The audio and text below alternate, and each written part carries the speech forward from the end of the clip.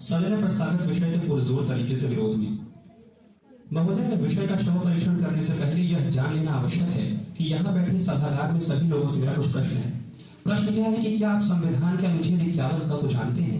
क्या आप अनुच्छेद 51 क के अंतर्गत नहीं उन मौलिक कर्तव्यों का पालन करते हैं जो बताता है कि हम राष्ट्रीय गीत और राष्ट्रीय गान का सम्मान करेंगे? क्या आप जानते हैं कि हम पर्यावरण संरक्षण किस प्रकार से कर सकते हैं? यदि हाँ, तो हमें संविधान को नया तरीके से लिखने की आवश्यकता ही नहीं है, और यदि इन सवालों का उत्तर नहीं है तो नए संविधान से कुछ होने वाला भी नहीं है। महोदय, मैं ध्यान दिलाना चाहूंगा कि पूर्व निदेशक राष्ट्रीय न्यायिक अकादमी के बलराम गुप्ता जी कहते हैं कि संविधान एक पौधे की तरह है जो लगातार विकसित हो रहा है, और इस विकासशील पौधा जो है वो कभी कभी अति विकसित हो जाता है, इसलिए उसे काट छांट करने की आवश्यकता पड़ती है। किंतु इसका तात्पर्य यह नहीं है कि हमें पूर्णतः एक नए संविधान को लिखने की आवश्यकता है। हमारे सम्मुख जो प्रश्न दिखाई देते हैं कि नए संविधान की आवश्यकता इसलिए है क्योंकि हमारा पुराना संविधान काफी क्लिष्ट है, तो मैं ध्यान दिलाना चाहूंगा कि उसी संविधान के अनुच्छेद 39 ब और स ये साफ साफ लिखा गया है कि जिन लोगों के लिए यह क्लिष्टता सामने आ रही है, जिस प्रकार से औरतें या दिव्यांग या बच्चे या बड़े लोग, बुजुर्ग लोग, तो उनको एक मुफ्त न्यायिक सहायता प्रदान की जाएगी। महोदय, यह वही संविधान है जो 75 वर्षों से भारतीय लोकतंत्र को लोकतंत्र बनाए हुए है। आप ध्यातव्य है कि इस दक्षिण एशियाई समाज में जहां पर हर राज्य में कहीं न कहीं तख्ता पलट हो चुका है, किंतु भारतीय राज्य आज भी उसी प्रकार से लोकतांत्रिक बना हुआ है। यह केवल इसलिए क्योंकि भारत एक लोकतंत्र है जो लचीला है, जो समय के साथ खुद को परिवर्तित कर सकता है।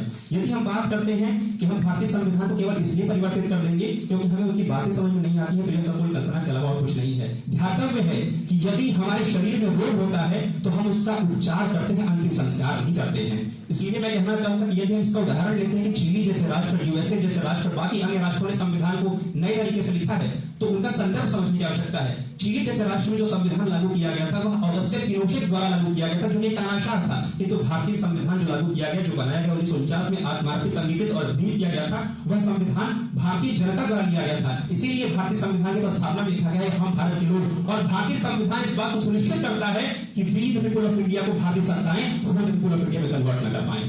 महोदय, मैं ध्यान देना चाहूंगा कि जो नवीन संविधान यदि हम लिखते हैं तो वह एक अस्थायी लोकतंत्र का परिचायक होगा। भारत का लोकतंत्र कभी भी इस प्रकार से अस्थायी नहीं रहा है कि उस वहां पर भारतीय सेनाओं ने इस पर तख्ता पलट कर दिया और भारतीय लोकतंत्र को तानाशाही परिवर्तित कर दिया है। यदि आज हम ऐसे स्थिति में ऐसा करते हैं तो यह केवल इस बात का परिचायक होगा कि भारत विकसित राष्ट्र बनने की राह में अभी भी कहीं लैग करता है, पीछे आता है।